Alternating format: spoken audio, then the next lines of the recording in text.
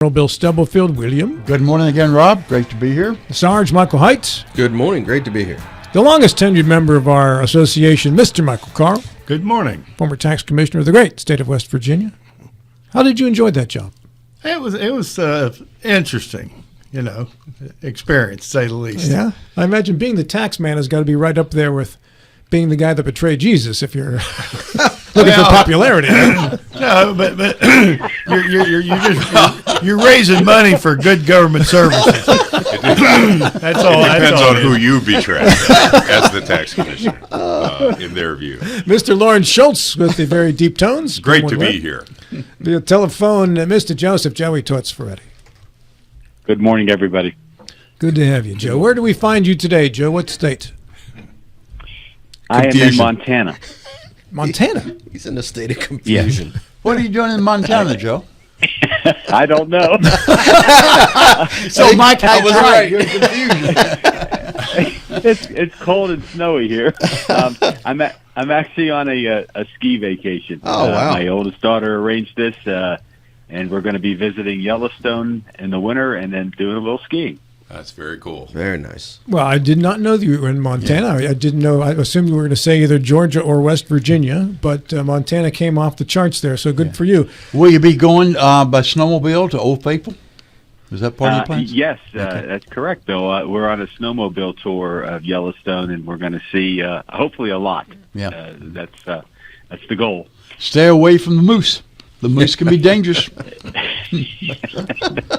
They are also kind of tasty, I've heard. So it's a mixed bag. Glenn Mocker, when he was a city of Martinsburg policeman, told me a story when he was in what's the base up in Alaska, Bill? Ellendorf? Is that what it is? Yeah. So he was apparently a lot of moose up around there. A lot of moose, yeah. And he was out one day doing whatever while he was stationed up there. And he said that I guess there was a baby moose and a mother moose. And while he was passing through, he got too close apparently to the baby moose, which ticked off the mama moose. And he said he had to go hide under one of those giant evergreens for hours until Mama Moose left. Yeah, you think about the grizzly bear as being the most dangerous, but actually the most dangerous animal up there is a moose for two reasons. One, they're huge with this massive rack of antlers, but the big thing is they can't see it all. So you can surprise them very, very easily, and the first instinct is for them to charge. So horseback riding, the last thing you want to do is go around a corner and see a moose charging you, and that happens all too frequently. I knew you'd have a good moose story. Yeah, I have others, but I don't want to take Joe's time. So, all right, Joe, you are the leadoff hitter, and we appreciate you doing vacation duty here this morning. The microphone is yours. Well, who said this show wasn't as educational? I want to talk a little bit about charter schools in West Virginia, and I'm watching a development at the U.S. Supreme Court level, which I think is going to eventually tumble down at the state level and could impact a lot of efforts regarding charter schools going forward, including those efforts that are presently taking place in West Virginia. The case is Oklahoma Statewide Charter School Board versus Drummond. Drummond is the state attorney general for the state of Oklahoma. The background on this is very simple. Oklahoma and their charter school board established the first religious charter school in the nation. The state of Oklahoma resisted that based upon its own constitution and state law and said that's improper, illegal under both the state and federal constitution, which focused on the Establishment Clause of the First Amendment of the U.S. Constitution. So the Oklahoma Supreme Court said that's correct. We cannot have religious charter schools in the state of Oklahoma. The case is now pending before the U.S. Supreme Court. The Supreme Court has said we will hear the case, and it's going to be decided this summer. Now, my reading of the history of these kinds of cases that goes back into the 1960s is that there has been a steady erosion of the bright line rule that we used to have, which was no public funds in religious schools.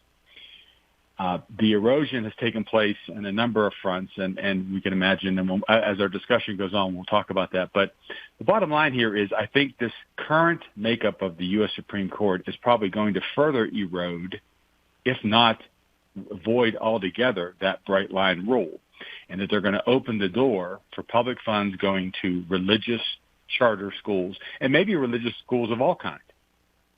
So the question I have this morning is, in West Virginia, we have about 8 charter schools now, and they're all secular in nature. We have a statute on the books that prohibits the establishment of religious charter schools in West Virginia, and our state constitution also speaks to that as a prohibition.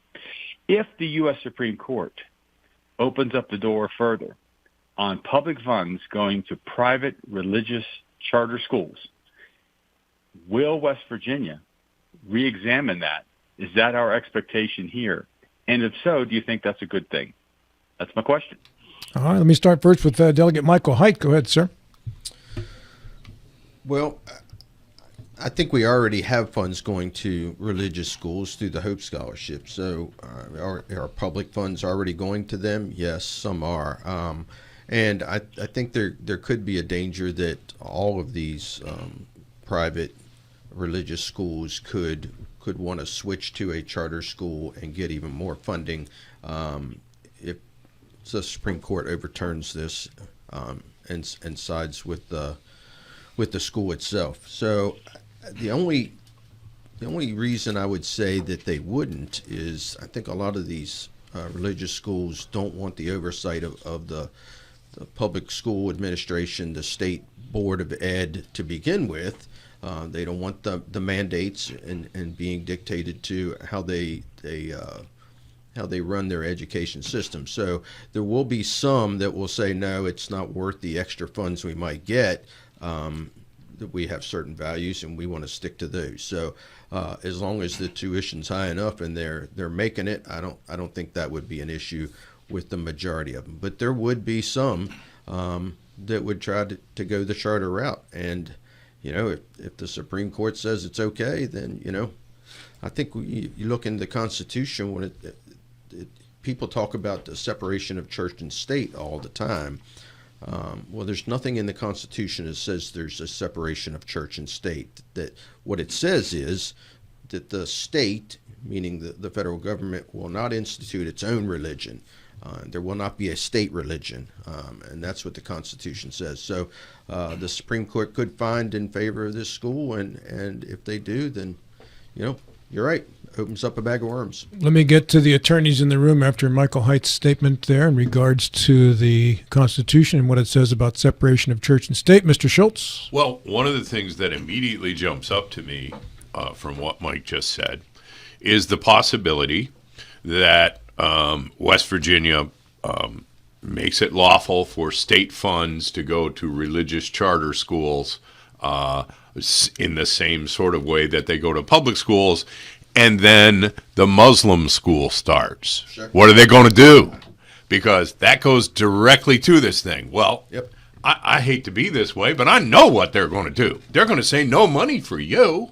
You don't believe in the same God we do. And that's the problem right there. It just seems to me that there's a whole lot of things that you could turn into, for example, a daycare company. That suddenly decides it's a part of a church, doesn't pay any federal taxes. Now they're getting state funds to take care of West Virginia kids under whatever the federal programs are, and nobody's paying any taxes on those funds. You've opened it. When you do this, you're opening a very wide and potentially troubling door. And I say that to this United States Supreme Court. If they are reckless enough, and I think that's the right word, to do this. We need to keep public, and religious, and not be spreading my tax dollars to my property tax dollars in this state to religions who aren't under the guise or under the direction of a public education system who can teach whatever madness they want. We can't do that. I don't think we can do it, but we do not need state funds. And that's what this is about. It's about a government handout to these organizations who apparently they wouldn't be doing this if they could, succeed in the free market. You can start a private school anytime they want. Why do I have to subsidize it? That's the problem. Mr. Carl. Well, I mostly agree with Mike. Excuse me. But, I mean, we forever recognized religious, sponsored education as legitimate education that meets the standards, and you're treated as an educated person if you have a degree, or have attended a religious organization's education. They have to teach some substantive subjects for that to happen.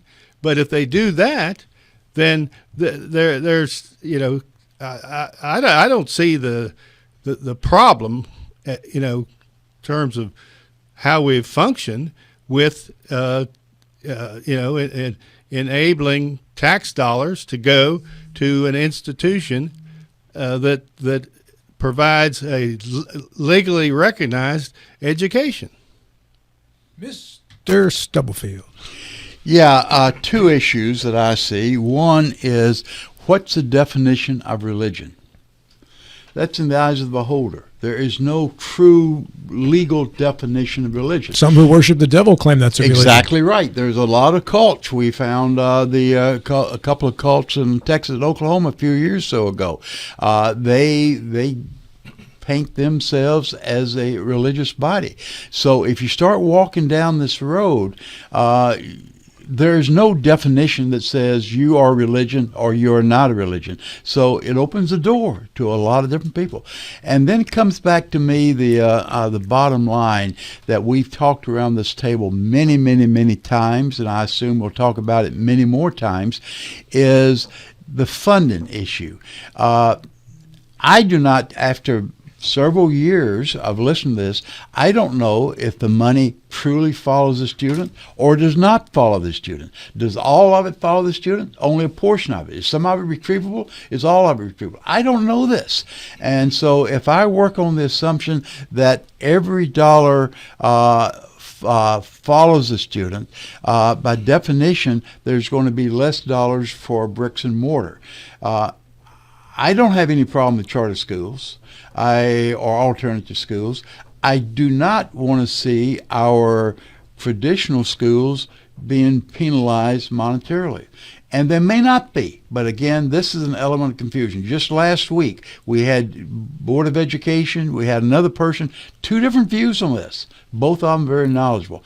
I don't know where it is, but I don't want to see our traditional schools suffering because of alternative schools. And then that comes back full circle.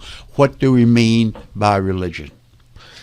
I believe that the money issue, Bill, if I can remember from doing these interviews over the last few years, about $14,000 is allocated per student. If you go out of the school system with a Hope Scholarship, about $5,000 of that follows you.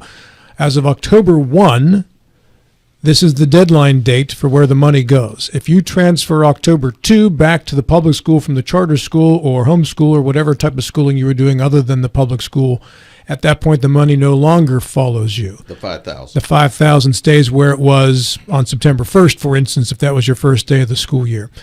As best I can recall from the interviews we've done, that's my understanding of how the money flow works. And Jackie Long is in our chat room. If you know, if you have a difference from what I just said, please post it because I'd like to be correct. But the other 9,000 always stays with the student. Okay, with the school system. With the school system. But if you have 5,000 that leaves and the student returns, if you multiply that by several hundred, it becomes big bucks. So my only concern is, are the traditional schools being penalized monetarily?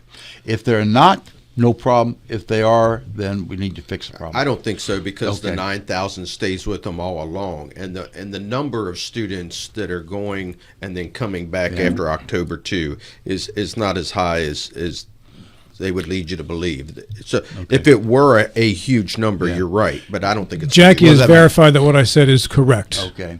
By the way, But I don't want to hijack Joe's point. Sure, Joe's point was a different than that I'm raising, but I do think it's going to open the door if the Supreme Court rules that money could go for religious schools.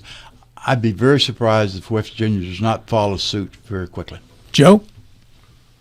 Well, and Bill, somewhat related to your argument about the funding is the argument in favor of allowing public funds to go to charter schools that are religious in nature, is that it just opens up the door for more choice.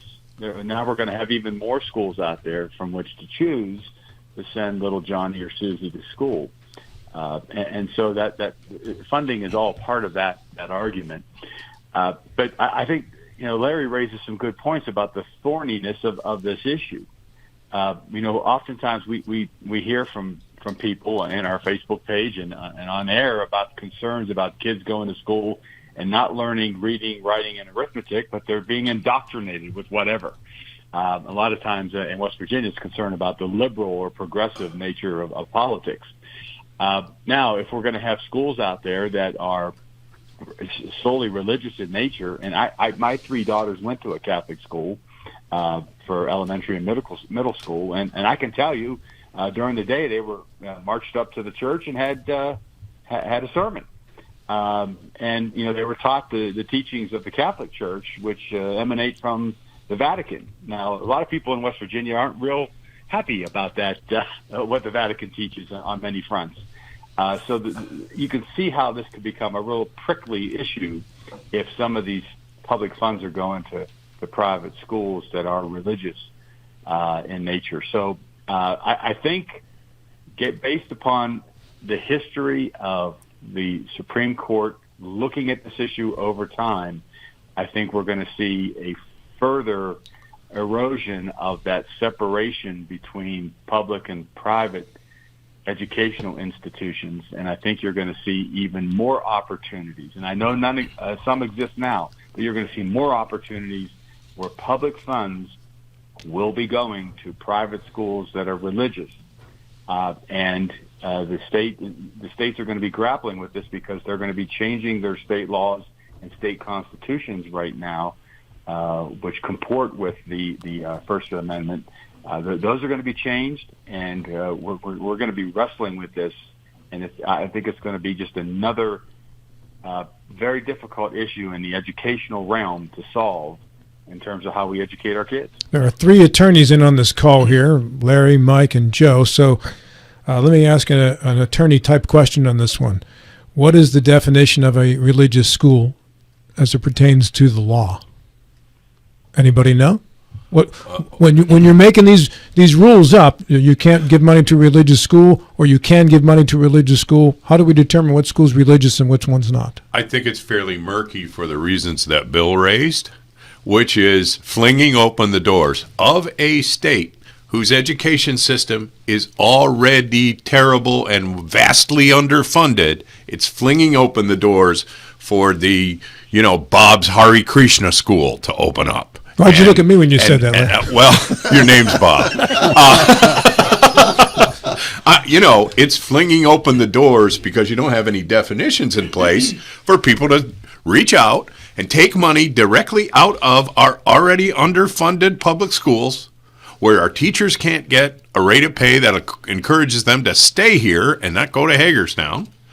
Oh, you're going to take more money out of it. That's never going to be a solution that will work for the majority of West Virginia. Yeah, but when we craft legislation, we almost always start with definitions. So I can't imagine that we would recraft it. Well, we'd have to rescind some of the law that's already on the books, but I can't imagine that we wouldn't define what religion is as part of the new legislation. If this were to happen, they would have to define legislation or have to define religion and you'd have to follow whatever that definition is. Well, how would you, as a legislator, define religion? I'm not a lawyer. I don't know. That's a good one. Well, but you might not be a lawyer, but you're going to have to be drafting the law. Sure. To Well, I me, can Hold on a second, Mike. Carl, I can't hear Joe on the phone a second. Go ahead, Mike. I'm sorry, Joe. Mike. Let me take a crack at that because this comes up in cases, sometimes in employment cases, where people claim that on the job they're suffering discrimination based on their religion. Maybe it's a practice at work that maybe it's working on Sunday, things of that nature. And what the law requires there is that the complaint about discrimination be legitimate. So the courts will look to whether or not this is an established religion and an established religious practice. Think about the people who resisted the vaccines. I had hospital workers calling our law office saying, I'm about to be fired because the hospital says I have to be vaccinated before I can work, and that's against my religion. And my first question would be, okay, what religion? And they couldn't tell me. They just said, oh, it's religious. And in fact, I researched that, and I think there's two religions that would prohibit their followers being vaccinated. One, I think, is Christian Scientists, and I forget the other one. But in any event, we don't have a lot of either of those in West Virginia, is my recollection. But bottom line here is you have to be able to establish there's some sort of legitimate religious reason behind your claim of religious discrimination. And I think the laws that the legislature would craft would look to how the courts have handled that in the past in terms of establishing the religion being the basis for whatever argument is raised. I can't cite the actual authority, but I absolutely assume that there's a standard that you have to affirmatively teach certain subjects. You have to teach the language. You have to teach mathematics. You have to teach certain subjects to have your graduates recognized as graduates. And that again, I can't cite the authority, but that you got to believe that's a system. So all we're talking about are other influences and other things, but first and foremost, to have your graduation recognized, you have to have been taught certain subjects. Yeah, that's true. I was on the school board at St. Joe's, and we had to meet certain state requirements. Textbooks, sometimes or textbooks were actually purchased from the same companies that provided them to the public schools, and our teachers had to be certified in order to teach. They had to be certified by the state. So, yeah, that's true in some respects. The state has its tentacles into these private religious schools, but only to a certain extent. Now, there's a lot of things that went on at St. Joe's that would never have happened in a public school, such as teaching from the liturgy and the Bible and things of that nature. So, those are things that are going to become, I think, a little bit more difficult as we go forward. I went to Catholic grade school up to 8th grade, public high school after that, and then Duquesne University, which is a Catholic college. I would say, as you consider this question going forward, Delegate Michael Haidt, just be aware of the fact that once you open up this box of funding going to religious schools on an equal basis to a public school, who can call themselves a religion is really going to become controversial, because then you as a legislator are going to have to either give everybody, if they get chartered as a religion, and if you have never watched the documentary on Scientology and how it got established as a religion in this country, watch it before you start crafting language that says anybody who's a religion can have this money. Or is it just going to be anybody who's a Christian religion can have this money? You're really going to open up something you might not want to get into. Oh, I don't disagree with you at all. Right? Hey, it's time to go to the top of the hour break here. Appreciate the leadoff job again, Joe. Well done. This is Talk Radio, WRNR Martinsburg and TV 10. Admiral, you're on the clock.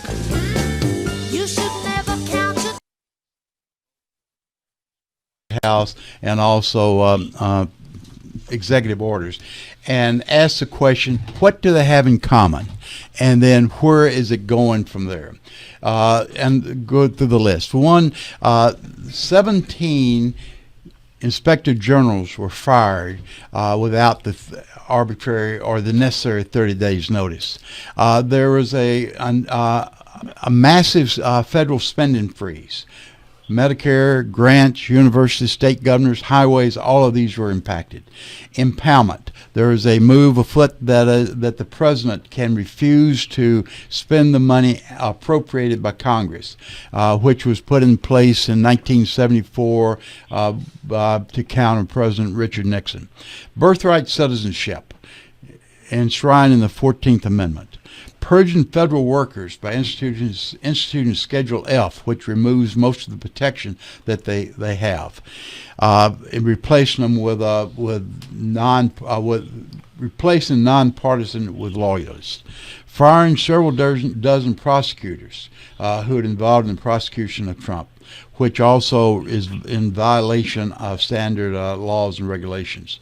Having the senior executive service employees evaluated by a board of political appointees as opposed to career and political appointees.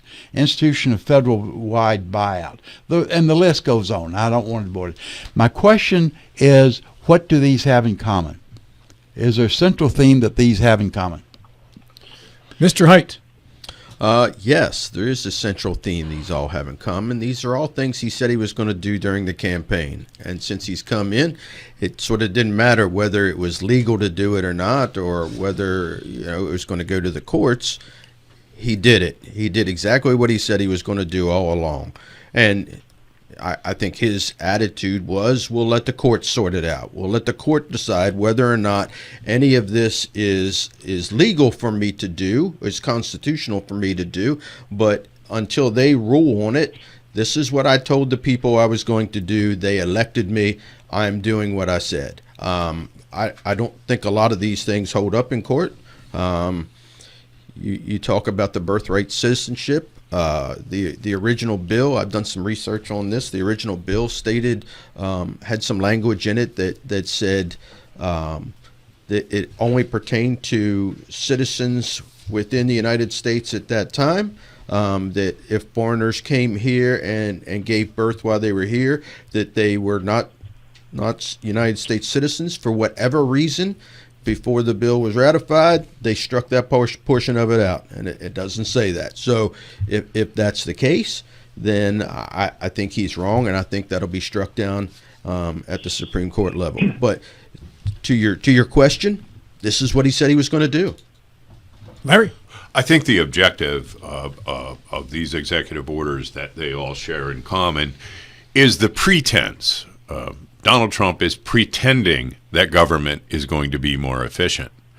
One of them, he had to back off real quick, and that was Medicaid, because somebody must have called him and said, hey, there's hospitals in West Virginia that get 60, 70% of their money from Medicaid. They're going to be broke in 2 weeks, unable to make payroll. What in the hell are you thinking? I don't think that was a singular person. Yeah, no, I think there were hundreds or thousands of them who at least communicated that, maybe didn't get to talk to the big guy. So it's a pretense. And what they're saying is, I'm going to show total contempt for things as basic as the First Amendment and the other constitutional provision about birthright citizenship, and you push back on me. This is what an autocrat does. He throws a wrench into the operations of the Constitution and the way it controls what our government does, and then he sees whether the system can be shut down or broken in some way so that you can take the next step and replace certain of the things like birthright citizenship with another plan more abusive to the people you campaigned against. It's fraudulent. They very quickly rescinded that Medicaid thing. They finally got the word that states like West Virginia would have a bunch of hospitals in bankruptcy court in a matter of from now to Valentine's Day. And they said, whoa, you can't do this. Then they try to claim that the closing of the Medicaid portal, which is where these hospitals get their money, was just a glitch. Oh, no. That would, to me, revealed the fraudulent nature of this whole thing. And so we do need to take it very seriously because these folks will not stop. But to think of it as a meritorious or thoughtful thing to do would be a mistake. Mr. Carl. Well, I'm insane then. I think it meritorious and thoughtful in that all it is really doing is raising questions about some of the ambiguities or obviously wrong policies and positions that have been taken, and the birthright citizenship is a right at the center of those those kind of issues. Clearly, if immigrants are here legally and have a child, the child does not automatically become a citizen of the United States of America, and so that illegal immigrants can have a child here, and they become a citizen of the United States. I mean, that's the kind of issue, ambiguity that needs to be addressed, and so I think all Trump is doing is be actively raising questions about all kinds of policy ambiguities. Larry, you made a face when Mike made a statement about citizenship. I just, if two people are here illegally and they have a baby in the Cumberland, Maryland hospital, that baby is a United States citizen. It doesn't make their parents a United States citizen, but the baby is, and that's the way the Constitution and as a lawyer, I disagree with that conclusion, but it needs to be, the difference between us needs to be resolved. The express language of the No, United it States isn't. It Constitution. absolutely is not. Anyone born in the United States is a naturalized citizen. It doesn't say that. Joe Ferretti, I think we did a little discussion on this last week. Go right ahead. Yeah, well, I have to laugh because, when Bill rattles off all these things that have been happening, and he abbreviated the list, we're back to asking our television in the evening, wait, can he do that? It's just a kind of a nightly occurrence. True. I understand the argument, well, this is what he campaigned on, Mike Height, so, he's doing what he said. Well, that doesn't make it right. This is no way to run a railroad. Just to come into office and just start firing stuff at the wall and hoping it sticks. And if it doesn't, say, there's a lot of legitimate questions about this stuff. We need to really hash this out. I'll quote the judge who issued the order invalidating this executive order about birthright citizenship. The judge looked at the filings of the people challenging that executive order from Trump and simply said, where were the lawyers on this? Because there is a White House counsel that advises the president and has to have told him that there's 100+ years of jurisprudence on the issue of birthright citizenship. And time and again, the Supreme Court has upheld that if you're born in the country, you're a citizen. Now, we can have a debate about that, whether that should apply today or not. But to simply say the federal government's not going to recognize that anymore is a usurpation of the courts. It's the executive saying and dictating this is what the law is now going to be. That's not the way it works. I applaud Shelley Moore Capito for coming out here recently. I think she gave an interview yesterday saying this federal funding freeze that they attempted and had to rescind because it was just so screwed up. She said, look, that's congressional power. We have the power of the purse. We dictate what funds need to be spent, and that's the end of it. He has to execute that. He doesn't come in and get to say, well, we're not going to spend money anywhere. That's not the way it works. So while he has some ideas, and I know he campaigned on a lot of things, we still have a process in this country that needs to be followed. And I fear that he just has no interest in following process. I believe the freeze was not rescinded. The memo was rescinded. The freeze is still in effect. The memo is what they rescinded. They said they rescinded the memo to avoid any further confusion, but all that did was lead to more confusion as to whether or not the spending freeze was rescinded, which they were clear to say was not. Yeah. Go ahead, Bill. Yeah, I did not know how to ask my question well. There were actually two parts of the question. What did they have in common? the common thread of each one of these, and there are many more, is they expect them to be litigated to the Supreme Court. Everyone's going to be resolved in the Supreme Court. The objective, at least I feel, is Trump's battle with Congress. Everyone that he wins the Supreme Court is going to pull more power from the legislative branch and put it in the executive branch. So it's I think a very smart decision on his part. Let the Supreme Court do for him what he cannot do himself. Mike, you were about to say before Joe went? No, I'll wait. Okay. Fair enough. All right. Anything else on that? Mike Carl still doesn't agree that gives you birthright citizenship, correct? That's correct. All right. We now move on to issue number 3, and for that, Mr. Michael Haidt. And that's why I waited. This was a good segue into my issue. And my issue is, has the executive branch taken pardon power and executive orders too far? And if so, how does Congress take that power back? And like you said, Shelley Moore just talked about that and how the executive is overstepping their bounds. And before you answer, I just want to go on record as absolutely disagreeing with Mr. Carl. It states very clearly in our Constitution what birthright citizenship is. Now, we can argue whether or not it should stay that way or it should be changed, but it is very clear. It does not go into the detail of the possible exceptions. That's right, because there are none, because it doesn't go into detail. And this, well, I believe, Joe, as we discussed this last week, it goes back to the Dred Scott decision. It does. And what the 14th Amendment was designed to do. And, that was a different era. I understand and acknowledge that. So the arguments could be different, but it's a constitutional amendment. There's only one way to amend the Constitution, and it's not through executive action. So, that's why the federal judge had a real question about where the lawyers were and all this. You want me to go ahead with the pardon issue? You go right into the pardon issue. Yes. I'll do it because, I've been reading up on this because of the clemency spree that took place and pox on both their houses, Biden and Trump, issuing these pardons all within 24 hours. James Madison believed that any power granted without institutional checks would be abused. And here we are.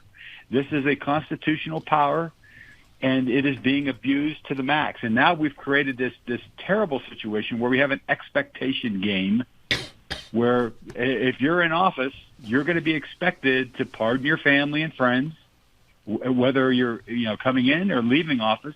That's what's going to happen. And the misuse of these pardons is going to lead to, I think, a lot of lawlessness.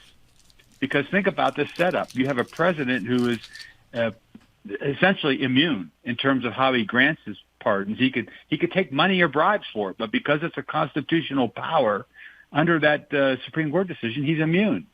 So he can immunize anybody he wants who may do his bidding in illegalities. So it is an untenable situation. It goes back to that terrible Supreme Court decision from last year, and I think it's going to cause real upheaval in this country to the point where we may have to look at whether that constitutional power needs to be curbed. Mike Carl. Well, I'm not sure this is, opposes anything that's been said so far, but clearly the U.S. Supreme Court will have the final word in the constitutionality, the effectiveness of any of these actions, including the pardons, and I have great confidence that they'll come up with a good answer that's functional and usable. But that's why we have 3 branches of government, and that's why the U.S. Supreme Court is the final word on questions of what the laws mean. Bill. Yeah, I think Mike has taken one component of or one part of the point I was trying to make is that there is a major tug of war right now between the power of the president, the executive branch, and the legislative branch. Pardons is one component of it, and pardons is a very visible part of it. How does the legislative branch pull back some of the pardon powers? I don't know. Constitutional amendment, perhaps, I don't know. But I'm more fearful of the other issues that I mentioned that should be firmly in the lap of the legislators that have now been preempted and are in the lap of the executive branch. Mr. Schultz. I join with Joe's admiration for Shelley Moore Capito coming out and saying these executive orders about spending are simply not his job. They're our job under the Constitution. We hold the checkbook. The problem is, and I don't limit this to Shelley Moore Capito, the United States Congress, the first thing they need to do between now and the next time they meet is grow a spine. And they need to say, no, we're going to protect our institutional power. You know, we have all these Republicans who are afraid of being primaried from the right, so they won't vote against these nominees, and they won't take other actions to stop this clear move toward autocracy. But they're going to be, if they get reelected, the captains of a sinking ship. They need to protect their own institution, and they're not doing it at this moment. We shouldn't be, Democrats have filed some bills, but they don't have the majority in either house. How come there aren't Republicans like Shelley Moore Capito and Jim Justice filing bills that say, you don't get to tell us whether money gets appropriated or not? We make the decisions about the money. That needs to happen yesterday. And everybody's walking around on tenterhooks. This is exactly how a democracy becomes an autocracy. When one of the institutions, which is supposed to have evil power, says, boy, it makes me really sad that he did that, instead of saying, hey, buddy, you can't do that, and we're going after you now. We're going to have to see whether that group of Republican politicians will step up for the American Constitution. Mr. Height? I don't think this is a partisan issue at all, because Joe Biden did just as many pardons and just as many executive orders, and I didn't see any Democrats putting forth bills to stop it back 4 years ago when he was in office. What it needs is bipartisan support to say, going forward, we're not going to allow this any longer. We are going to take back, Congress is going to take back their powers from the executive branch that they have allowed the executive branch to do through all these executive orders, which are essentially laws for the 4 years that they're in. And the executive branch is not supposed to be creating law.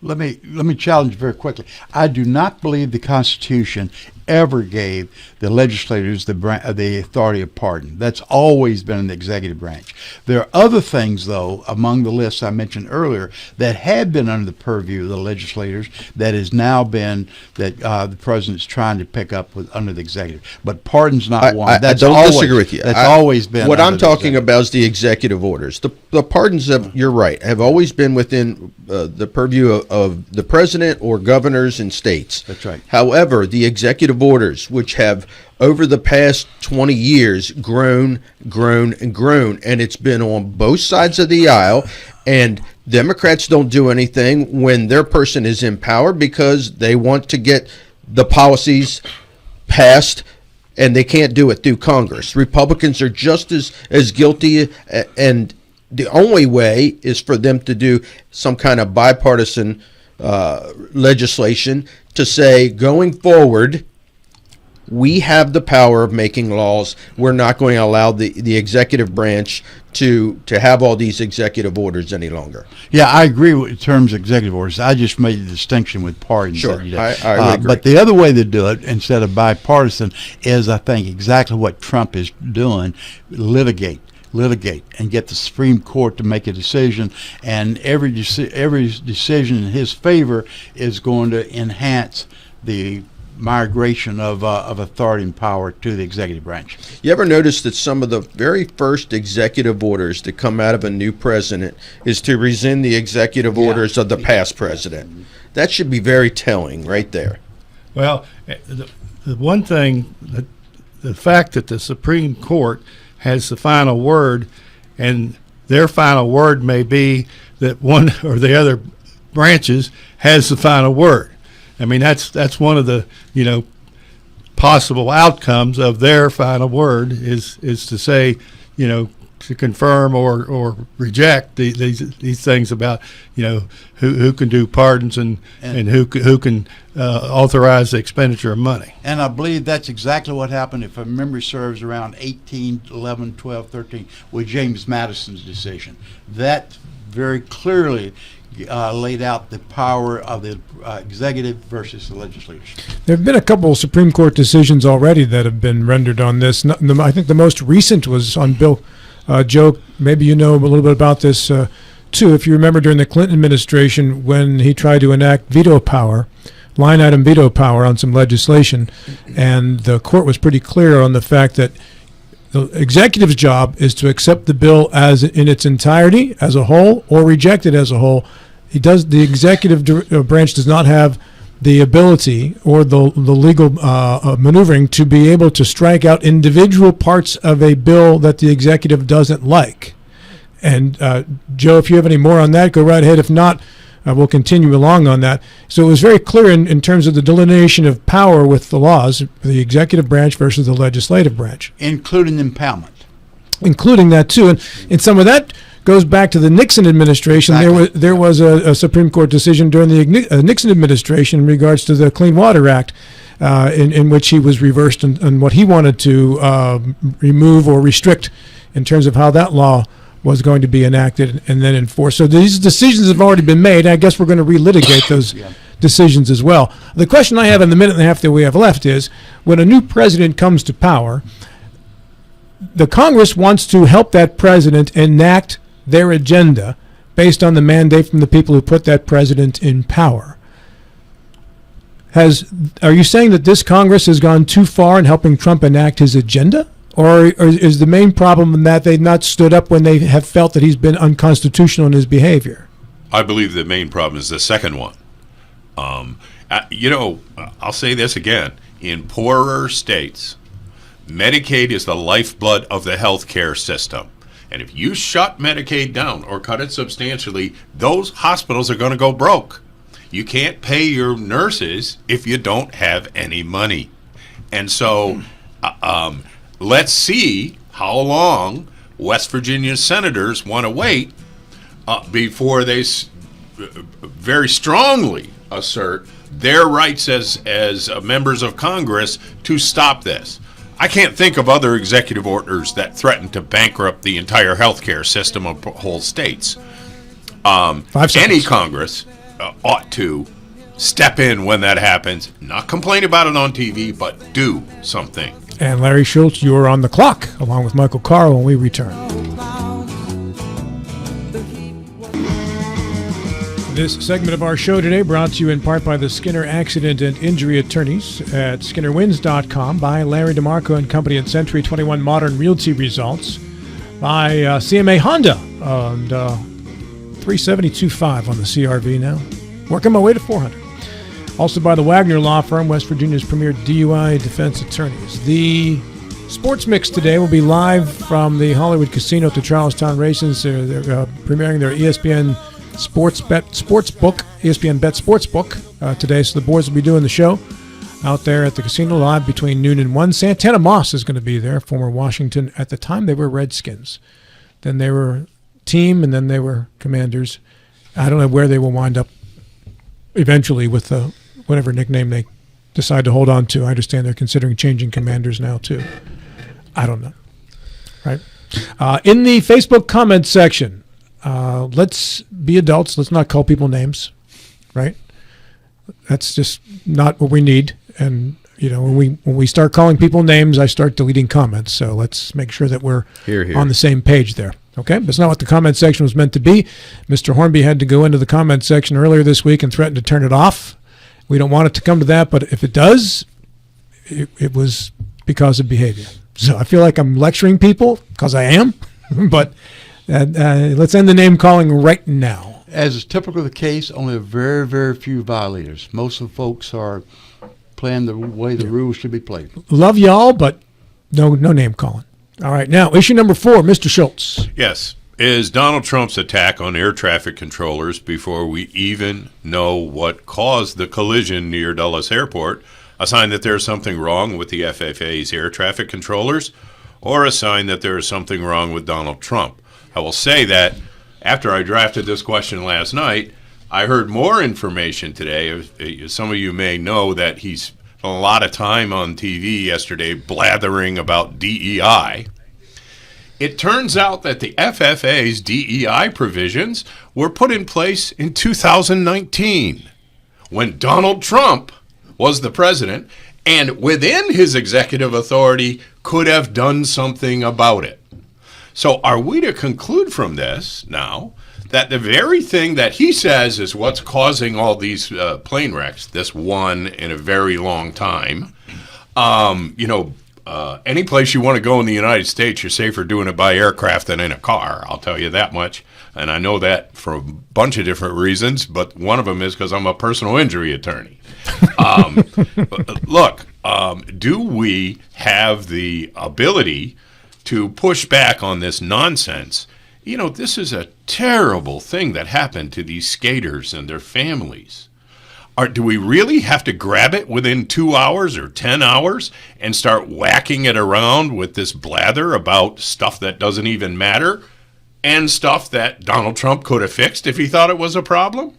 I really wish that weren't the case. So I've given you my opinion. I'd be interested to hear yours. We also heard this morning that they were asking one person to do 2 jobs, which was to monitor flight traffic and helicopter traffic, which is usually 2 different jobs.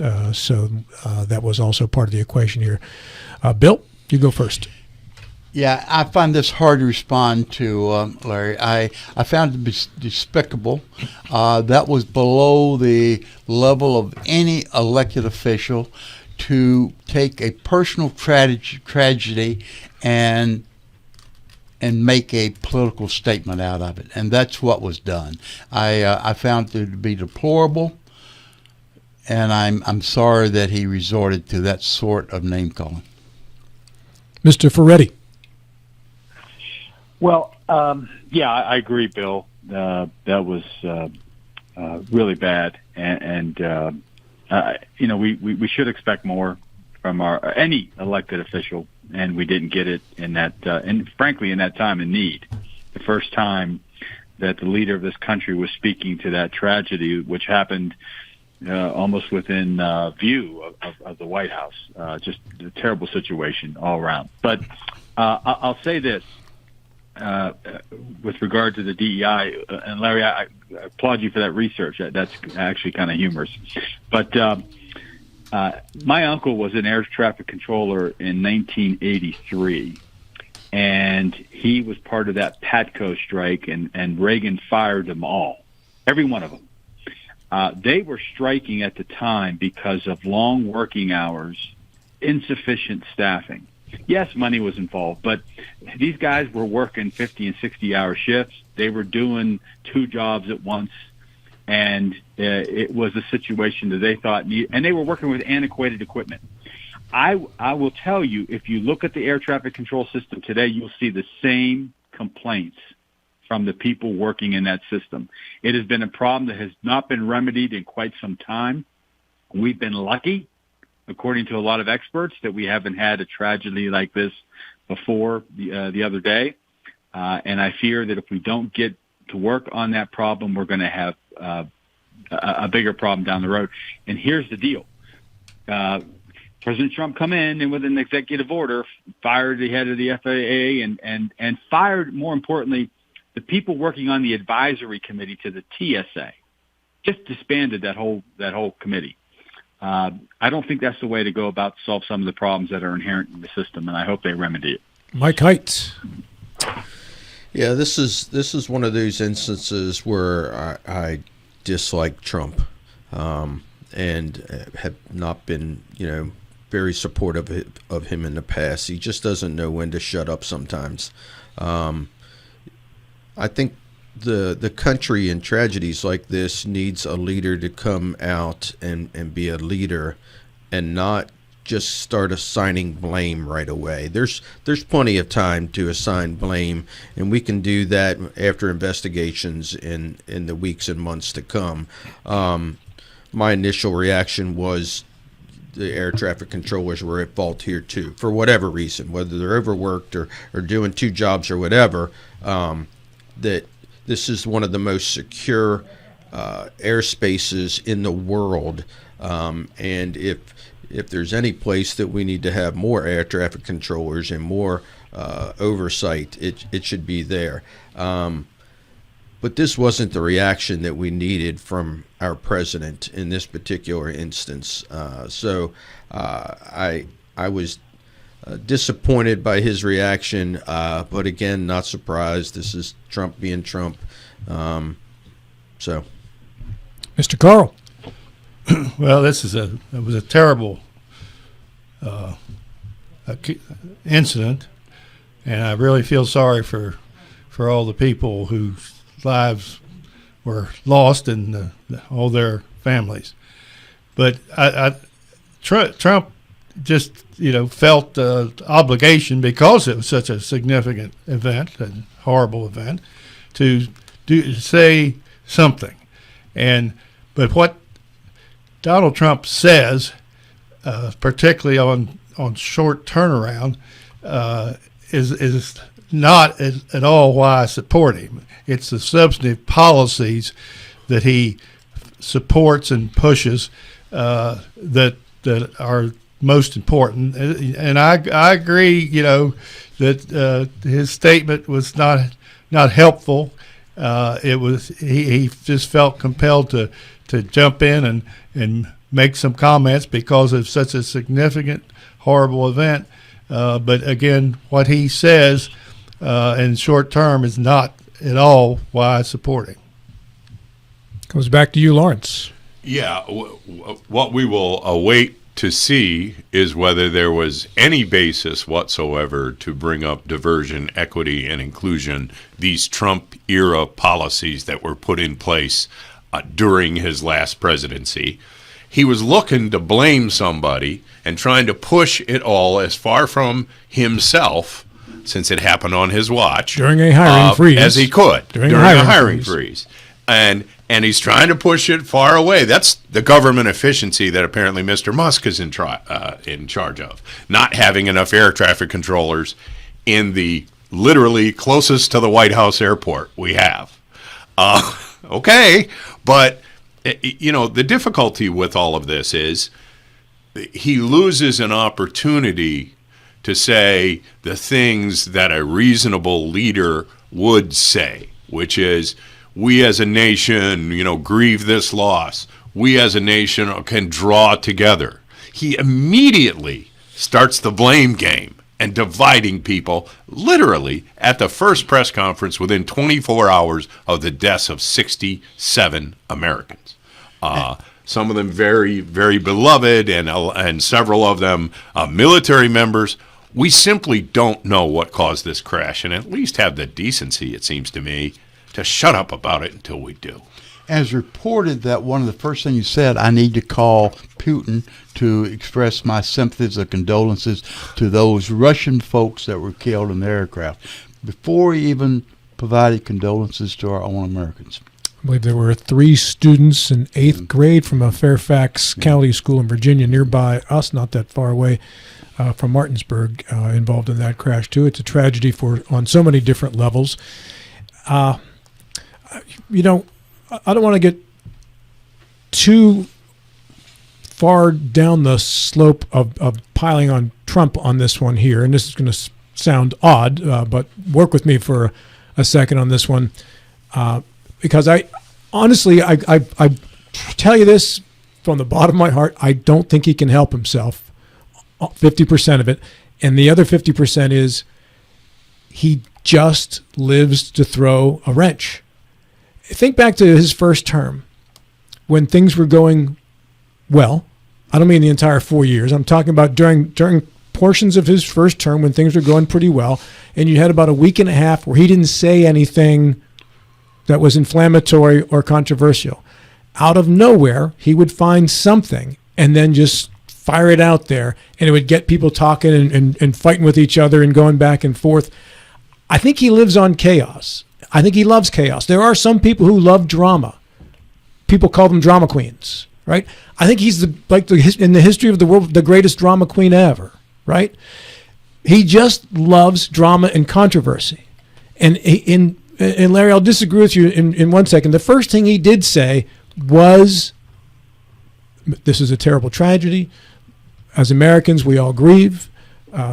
As a country, we need to come together, forget our differences. This was all part of his initial comments. And then later on came the DEI. The driving up of the divisions between us that he just claimed to want to reduce. At first, he did something that was respected and calming, and then he thought, wait a second, I need to throw this arrow out there. I need to blame because this is who I am and this is what I do. And I honestly don't think he can help himself, but I also think he thrives on this kind of stuff. It's what he loves. It's what he does. And it's what he's going to do for the next 4 years. So they did a sketch on this on Saturday Night Live last week or the week before, I saw it. And it had to do with them saying, we're not going to fall for the things. They were doing like a show where we're not going to fall for the things that Donald Trump throws out there that get us distracted. We're going to stay on the issues. And then they look at their phones and go, wait, the president just tweeted that we're going to trade Connecticut for Italy. Okay? And then they start going off on that. It's what he does just to get people going. Right? And he did it again. If he did it on the occasion of the death of a family member of mine, I don't know how I would be able to control myself. I agree. My rage would be out of control. I'm not excusing him for it, and I'm not saying it was the right thing to do. I'm just saying that this is what you voted for. This goes along with it, right? When you're okay with the liquor store moving in next door because you can walk across the parking lot and get a bottle whenever you want, you got to go along with the fact that there's going to be bottles broken out there and there's going to be fights and there's people passed out in the park. People peeing in your front yard. This is going to happen. That's not a bad trade, by the way. Connecticut for Italy. I thought I'd take you it meant a second. Liquor store for peeing in your yard. Trash heap park. Issue number 5 by Carl. Well, let's to be fair, let's shift to a focus on a major substantive policy development and action that Trump took, and how it's going to be handled in the future, and that is the broad-based federal income tax rate reduction in 2017 that is now coming. Needs to be renewed if it's going to stay in effect. And the question is, if it is not renewed, what do you think are the implications for the federal government spending deficit?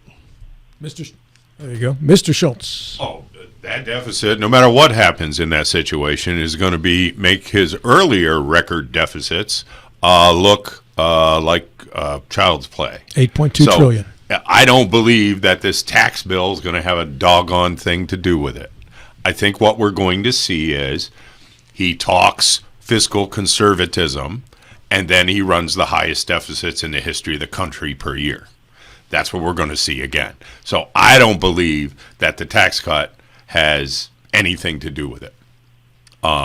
The stuff that he said he was going to do to save us all some enormous amount of money, I'll believe even 1% of that on the day that I actually see it. Mr. Haidt. I think this whole subject will devolve around what political economic philosophy you buy into. And Mike, you've said many a times on here, lower the rates, raise the revenues. And I believe that, but there are many economists out there that don't believe that in trickle down economics, that they don't believe it works. So it all comes down to whether or not you believe that this type of tax break is good for revenue and good for the economy. I believe it is. I hope it doesn't go away. I hope it's renewed. But I think that's separate from actually reducing the deficit. That we have to cut spending. We have to stop spending more than we make, or our deficit's always going to be there, and we're always going to be borrowing money. We're getting to the point where we're paying as much in interest is almost our 25% of our revenue right now, and it keeps going up. So if we're on our way to bankruptcy if we don't do something about our spending, and it has less to do about our revenue and taxes than it does about our spending. Mr. Ferretti. Well, I'll on a smaller scale, I have to wonder, and I know this is a multifaceted problem, but I have to wonder that we now suddenly have a $400 million deficit in the state of West Virginia on the heels of cutting state income taxes. I would have hoped the revenues would go up. I'll have to look at the revenue numbers. I haven't studied it closely enough, but I think there's reason to be concerned about that linkage between tax cuts and raising revenues, at least in the state of West Virginia. Nationally, I can tell you this, Trump is proposing cutting the corporate income tax even further, from 21 down to 15%. And the reading I've done, the book's still out on whether we have raised revenues in this country because of his previous tax cuts, because the COVID spending has skewed everything in terms of revenues that this country has been able to generate the past couple years. So the book's still out on that. I suspect there's no way a Republican Congress is going to agree to rescind the previous Trump tax cuts. Those will stay. Whether he gets a further tax cut or not, I think, is a real debate. Mr. Stubblefield. Yeah, Rob, I'd like to make a formal request that I do not follow Joe Ferretti in the future. All right. He steals my thunder every time. Joe, come on. Come on, Joe, back off, will you? We look at the federal level, but I think Joe's making a very telling point. We get 75% of state funding one way or the other from the federal government. If the federal government starts tightening its budget, which I think they will. I think they're going to have to. It's not going to be tightening the budget just to the other guys. We in West Virginia are going to feel the effect of it as well. Are we in a position to absorb that 75% of federal dollars that may, to some degree, not be coming here? So I think it's a multifaceted problem of which we in West Virginia are not in a position to sit back and cavalierly cheer them on and say we got to reduce the federal budget. Which we do. I think we've got to tighten the federal budget a great deal. But we in West Virginia are going to have to be prepared to take up some of the slack. Mr. Carr, comes back to you. Well, the facts are that after the 2017 rate reductions went into place, that the revenues, the federal revenues, went up. By what percent, Mike? I don't have that, but they went up. Certainly, in other words, the tax cut didn't reduce federal revenues; it made it increase, and it was hundreds of millions of dollars. I just don't have the exact figure, but and then unfortunately the COVID problem came in and disrupted things. But when Trump left office, the economy was coming back, and the huge deficit that we're facing now is because of the incredible excess spending of the Biden administration. And we need to make sure that we renew those tax cuts and separately, on a selective basis, not the money that comes to West Virginia or states. You can't have it both ways. But there's plenty of wasted federal government spending that doesn't have anything to do with the states. So we need to take a look at that and bring it down. In round numbers, when Trump took office, the debt was $22 trillion. When he left, it was 30. When Biden left, it's 35 or 6. That's math. So you can't blame the budget entirely on Joe Biden. Every president, and in our lifetime, every president since Bill Clinton has added to it because Clinton balanced the budget. And then since then, we've been back to deficit spending and adding to the debt. So you can't pin that entirely on Biden. He was just one of many who helped destroy the budget. Okay, I could live with that compromise. Thank you, sir. But Trump is still the record holder. He is the for a record four-year holder, term. not as a until he beats his own record. Yeah, not as a percentage of the debt, but as a gross amount added to the debt. I've actually done some research on this. You would be shocked to know. All right, we're back with final thoughts. 8 seconds apiece after these. Come on.